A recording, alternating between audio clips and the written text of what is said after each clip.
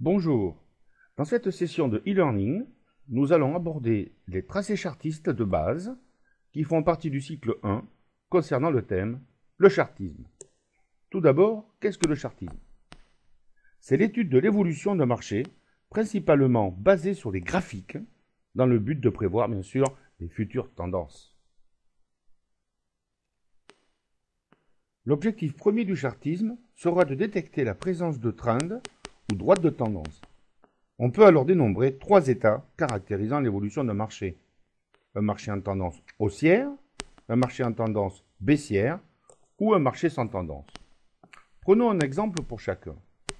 Donc un marché en tendance haussière.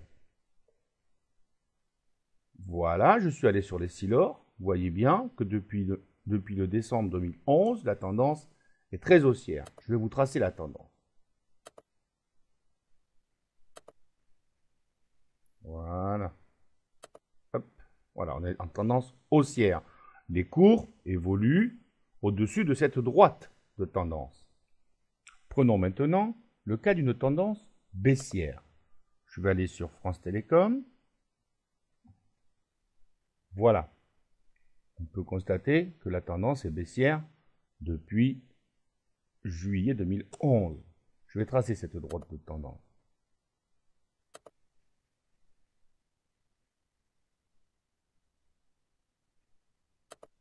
Voilà, les cours évoluent en dessous de cette droite de tendance. Prenons maintenant l'exemple d'un trend plat, ou alors un marché sans tendance. Voilà, après la forte chute de juillet 2011, on peut constater que le trend de Veolia est plat. Il n'est ni haussier, ni baissier. Il est plat. Alors attention, suivant la période sur laquelle vous travaillez, le trend peut être complètement différent. Par exemple, si l'or a un trend haussier en journalier, si je regarde en 15 minutes, elle était en trend baissier pendant, on va dire, 1, 2, 3, 4, 5, 6, 7, 8 jours, est sortie de ce trend baissier à la hausse, et maintenant, donc depuis 3 jours, est en trend haussier, de nouveau. Donc vous voyez que suivant la période de temps sur laquelle vous travaillez, en fait, il y a des grandes tendances et puis il y a également des trends secondaires et tertiaires. Lorsqu'un trend est cassé, il y a trois scénarios possibles. Soit le titre entame une nouvelle tendance. On va prendre un exemple avec Lafarge. On peut constater qu'il était en tendance haussière sur un jour et demi. On est sorti de ce trend haussier à la baisse et on part maintenant en tendance baissière. Soit le titre consolide sans réelle tendance. On va prendre un exemple avec Saint-Gobain. Voilà, on est sorti du trend haussier à la baisse, et puis en fait, il évolue à plat. Soit la valeur réintègre le trend. Par exemple, Arcelor. Là, on pensait être sorti du trend à la baisse. En fait, c'est invalidé. Et on réintègre le trend. À nous maintenant de modifier ce trend. Voilà.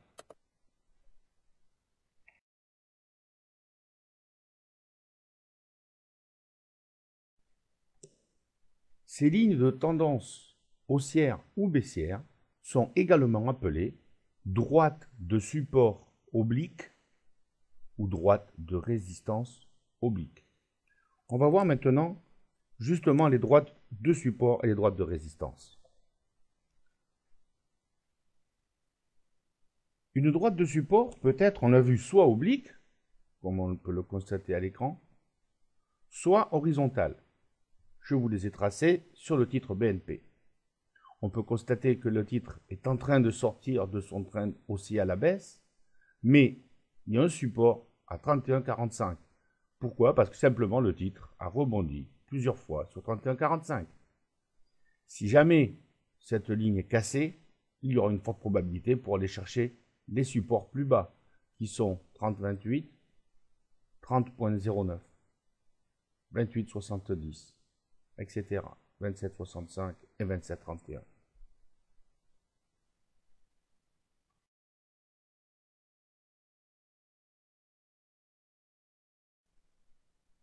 De la même manière, pour tracer des résistances, on peut tracer des droites obliques ou des droites horizontales.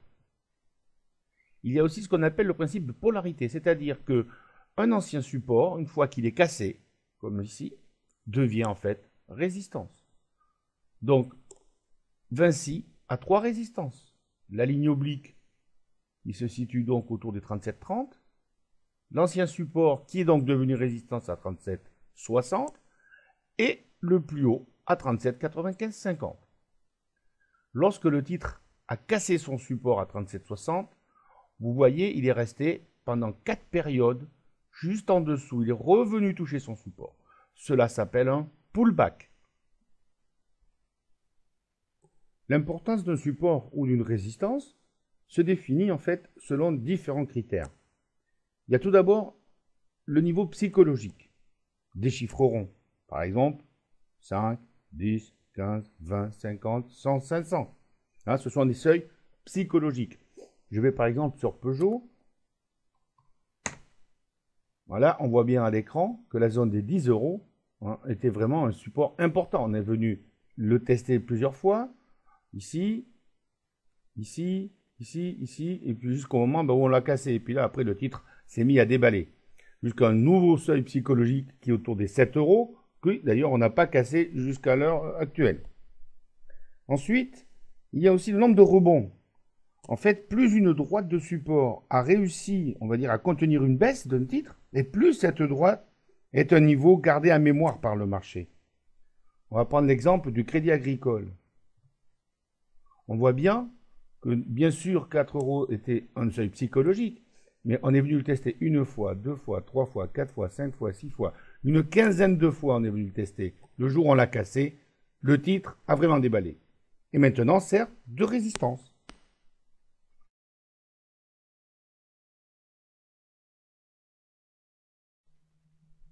La plupart des valeurs évoluent dans ce que l'on appelle un canal. Un canal est une figure composée de deux droites parallèles au sein desquelles la valeur fluctue. Les deux droites qui constituent le canal font office de droite de support et de droite de résistance. Vous pouvez voir à l'écran qu'il existe trois types de canaux. Un canal haussier, un canal baissier et un canal plat. Dans le canal haussier, la ligne du bas fait office de support et la ligne du haut de résistance. Dans le canal baissier, c'est la même chose. La ligne du bas fait office de support et la ligne du haut fait office de résistance. Et dans le canal plat, c'est pareil. La ligne du bas fait office de support et la ligne du haut fait office de résistance. On appelle également ce canal plat un trading range. La détermination d'un canal part généralement de l'identification de la droite de tendance ou du trend. Un trend haussier, un trend baissier ou un trend plat. À partir de cette droite de tendance, on trace une droite parallèle de sorte à encadrer l'évolution des cours. Prenons un exemple. On va aller sur la valeur Essilor. Je vais zoomer pour vous montrer la dernière période. Voilà. On va tracer un trend haussier, parce que tout le monde voit bien à l'écran que le trend est haussier. Voilà. Cette droite va me servir de support. Maintenant, on va faire une parallèle.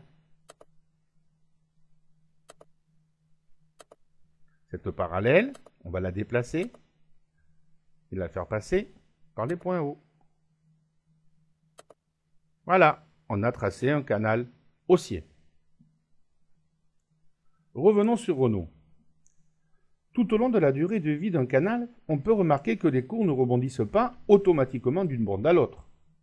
Cette constatation s'explique en fait par l'existence de droites parallèles intermédiaires au sein du canal, sur lesquelles les cours peuvent venir temporairement se heurter ou se poser. Eh bien, cette droite intermédiaire s'appelle ligne de résonance. Je vais vous la tracer dans le canal plat. On va faire une parallèle au support ou à la résistance, peu importe. On va la déplacer.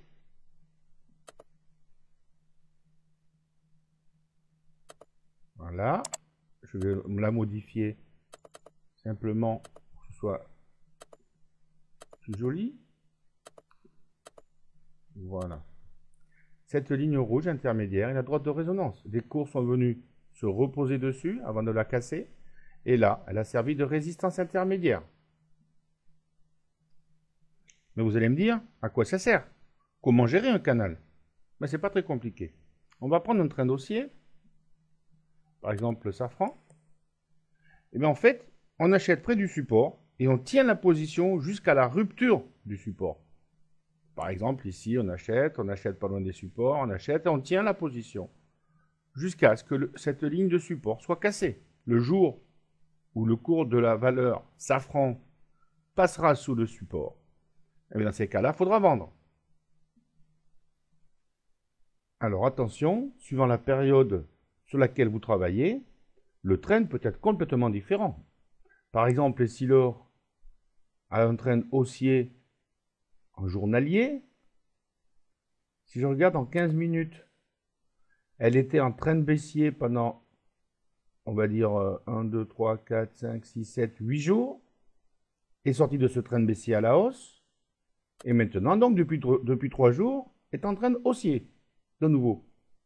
Donc, vous voyez que suivant la période de temps sur laquelle vous travaillez, en fait, il y a des grandes tendances, et puis il y a également des trends secondaires et tertiaires. De même, dans un canal baissier, comme vous voyez à l'écran sur ST Microelectronics, on se place en vente à découvert près de la résistance et on tient la position jusqu'à la rupture de cette résistance. Par exemple, on se mettait en vente à découvert autour des 4,32 ou ici 4,27, 4,28 et on tient la position jusqu'à ce que la valeur sorte de ce trend. C'est-à-dire qu'on aurait tenu la position jusqu'à ce jour-là. On se serait coupé à 4,07. Pour les investisseurs les plus avertis, une méthode encore beaucoup plus dynamique de gestion de canal consiste à lier les positions acheteuses et vendeuses. Mais attention, c'est très risqué. Par exemple, sur le support, on se met acheteur, on voit qu'on bute sur la résistance. Eh bien, on clôture notre position acheteuse et on se met vendeur à découvert. On vient taper le support, qu'est-ce qu'on fait? On clôture notre position vendeuse et on se met acheteur maintenant, etc. Ici, à 75, on bute, qu'est-ce qu'on fait? On clôture notre position acheteuse et on se met vendeur à découvert, etc., etc. Mais attention, cette méthode-là est beaucoup plus risquée. On peut constater à l'écran que sur STM, en graphique 5 minutes sur plusieurs jours, en fait, la valeur est sortie de son canal baissier à la hausse. Quel est l'objectif? Où va-t-elle s'arrêter? Ben, en fait, pour cela, il faut reporter la largeur de ce canal, la reporter ici. On va le faire. Je calcule la largeur de mon canal. Pour cela, je prends la perpendiculaire aux deux droites. Voilà, je vais reporter ici. Touc. Voilà. Je vais tracer une parallèle à ma résistance.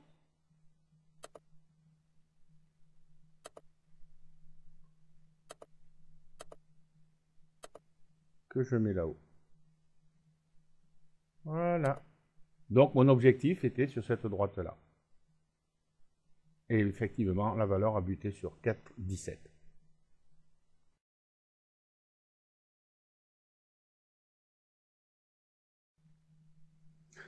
Donc maintenant, vous savez tracer les supports, les résistances, les droites de tendance, les canaux, les reporter, donc trouver des objectifs. Mais pour ceux qui souhaitent faire du trading plus court terme, voire très court terme, faire ça tous les jours sur toutes les valeurs, c'est quand même très fastidieux. Donc, heureusement, votre logiciel Wallmaster va détecter automatiquement pour vous les supports et les résistances grâce à la technique des points pivots. Les points pivots, en fait, se présentent sous la forme de 7 lignes horizontales. Le point de départ est bien sûr la détermination du pivot. Cette ligne centrale va servir de base de calcul pour calculer 3 supports et 3 résistances. Je vais vous faire apparaître sur l'écran les points pivots sur le CAC 40.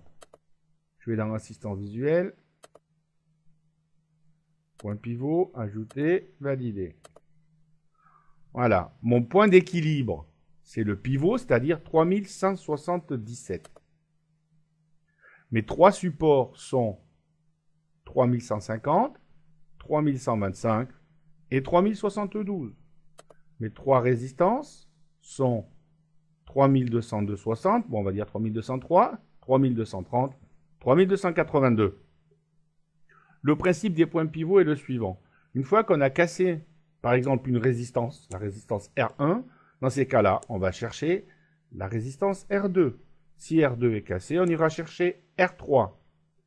Pareil pour les supports. Si S1 est cassé, on va aller chercher S2. Si S2 est cassé, on va aller chercher S3. Vous allez me dire, ce matin, on l'a cassé. Non, on ne l'a pas cassé. On a ce que j'appelle moi pétoché. On est venu d'ailleurs clôturer au-dessus de ce support. On est resté toute la matinée autour du seuil psychologique 3150. On ne l'a pas franchement cassé. Quand je dis cassé, il faut que ça casse franchement. Prenons Pinot par exemple. Ce matin, on a cassé franchement le support S1. Et bien, on est cherché le deuxième S2 à 110,40. Il aurait été très compliqué de trouver rapidement l'objectif en traçant des trends, cherchant des supports et des résistances. Votre logiciel vous a permis de le trouver très rapidement.